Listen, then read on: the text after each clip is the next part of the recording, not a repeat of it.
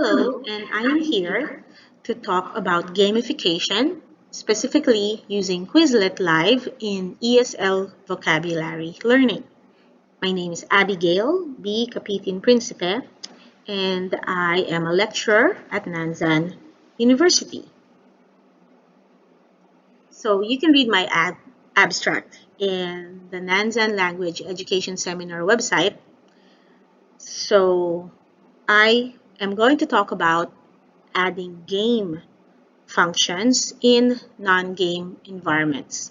Well, specifically in a non-game environment such as our classroom. I will be talking mostly about Quizlet, which I've been using both for my online classes and my in-person classes.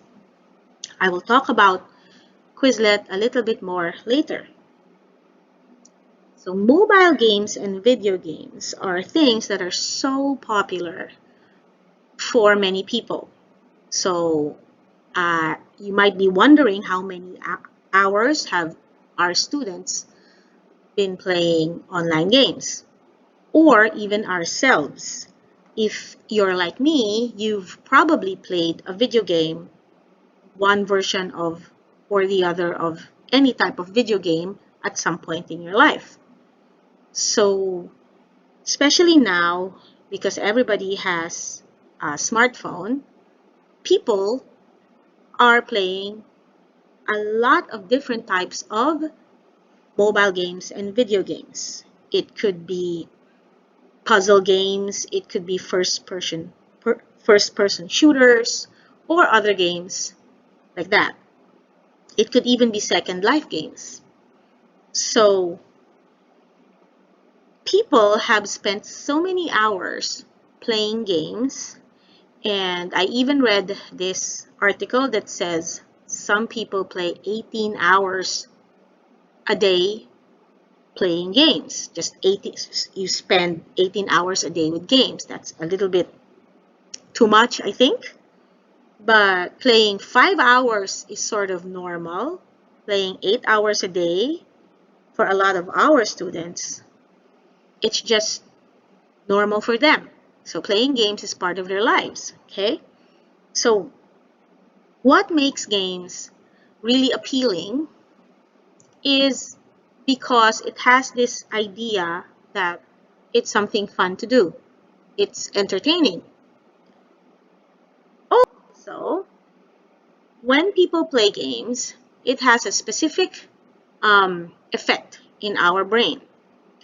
So in the journal Dialogues in Clinical Neuroscience, the researchers Simone Kuhn and associates mentioned that certain brain regions related to attention and visual spatial skills show an improvement in terms of brain function when people play video games.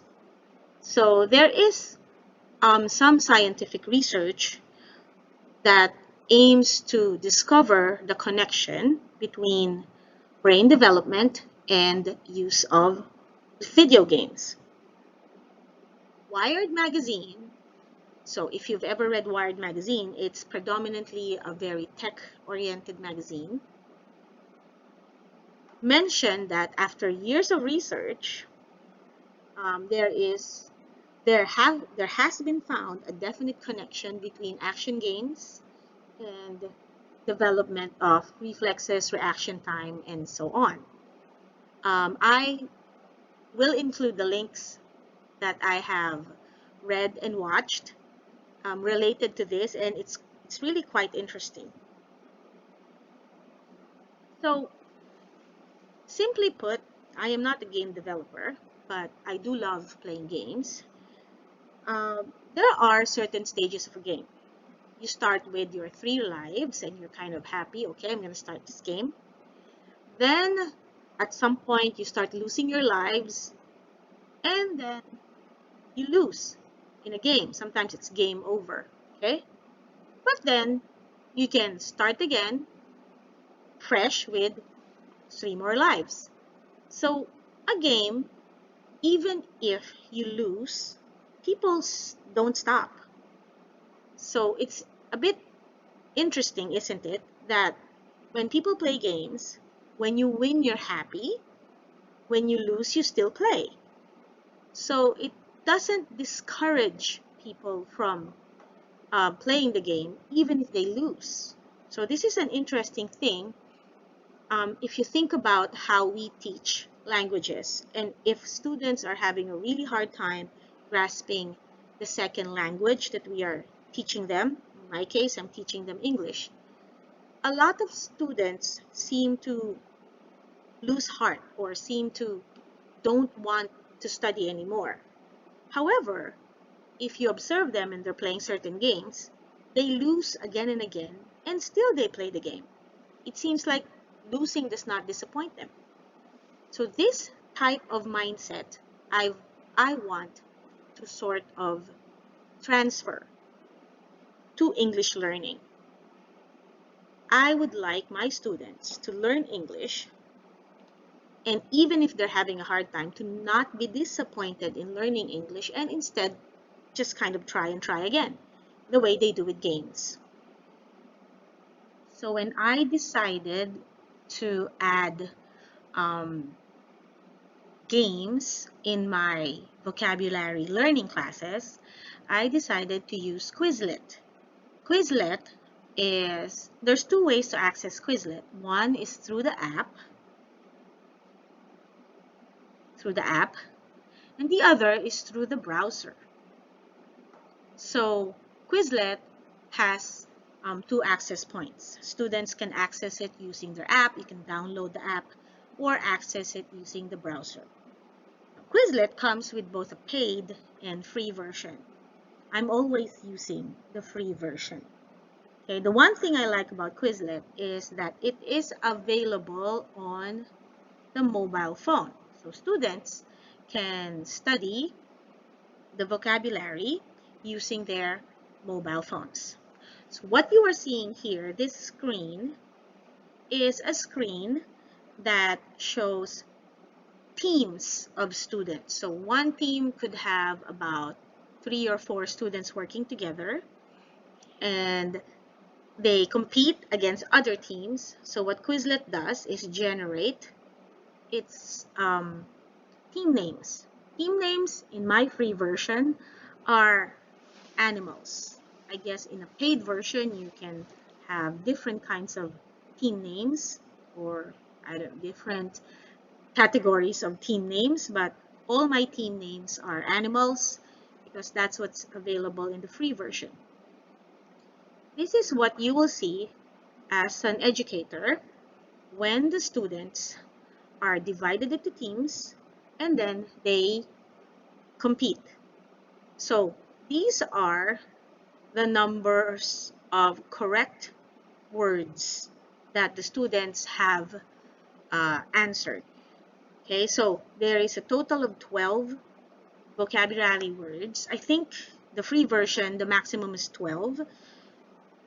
If you have a study set of, say, 50 words, you can have several game sets, and Quizlet will cycle through your 50 words by giving your students 12 words at a time. So I think that's pretty good.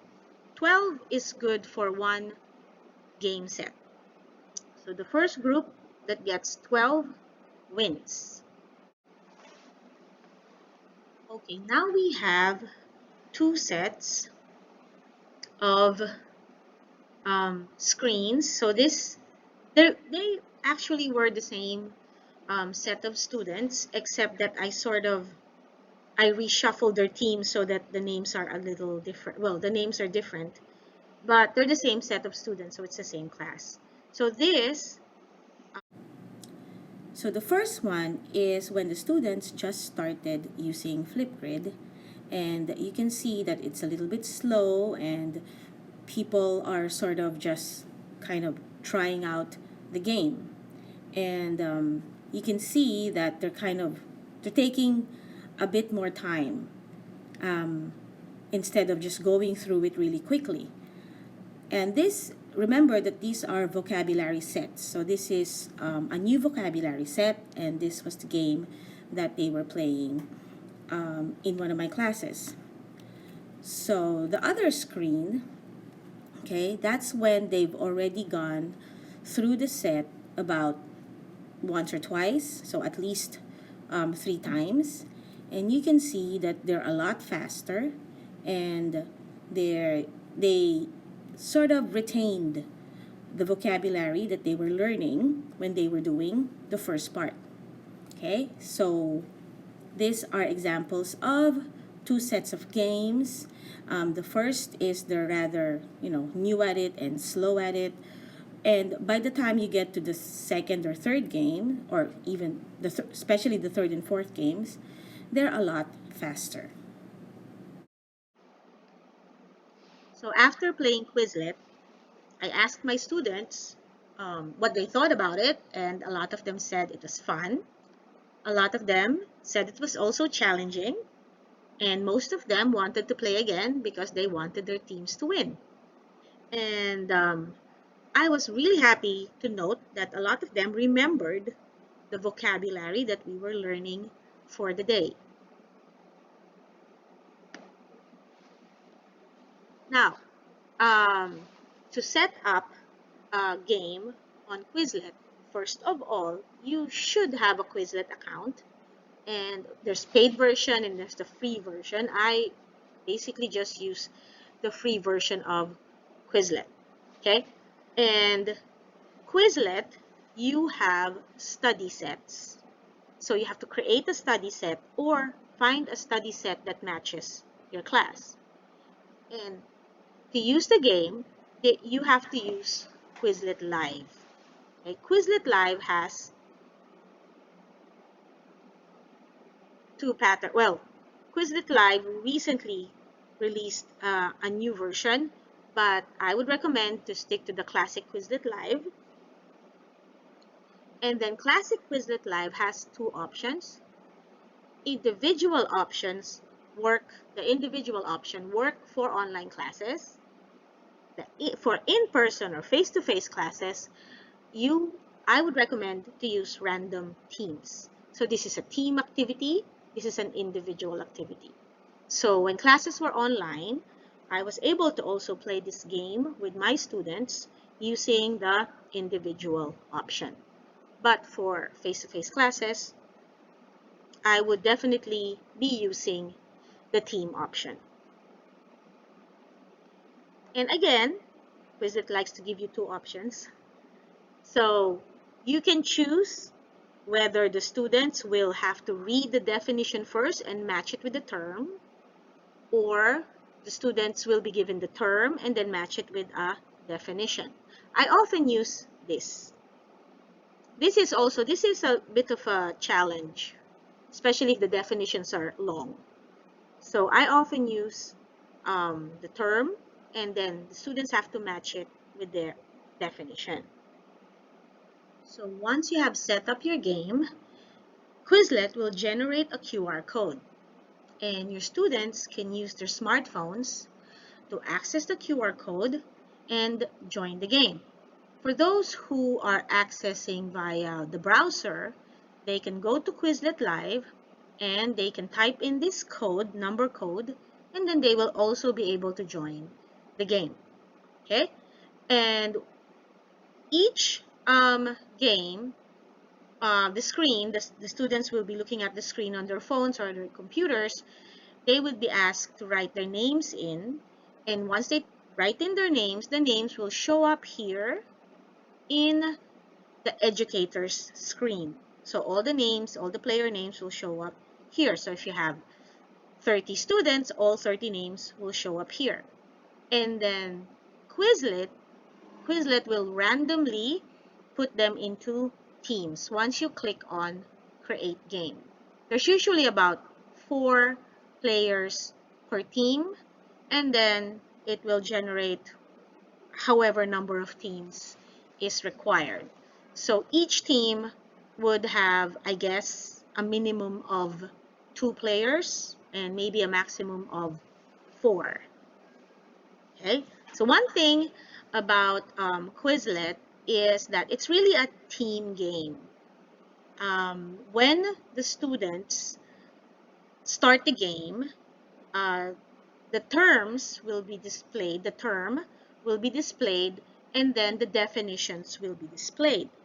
And the definition will be, the correct definition will be found in one team player's gadget. So if they're using computers, they have to sit together or, sort of in a safe distance with your teammates. And then you have to check whose phone or whose computer has the correct definition. So you can't just guess and you can't play alone. That's the thing about the team version of Quizlet. It really is a group activity. The individual version, as the name implies, is individual. So that's it. And if you have any questions, I will do my best to answer. And thank you very much for listening.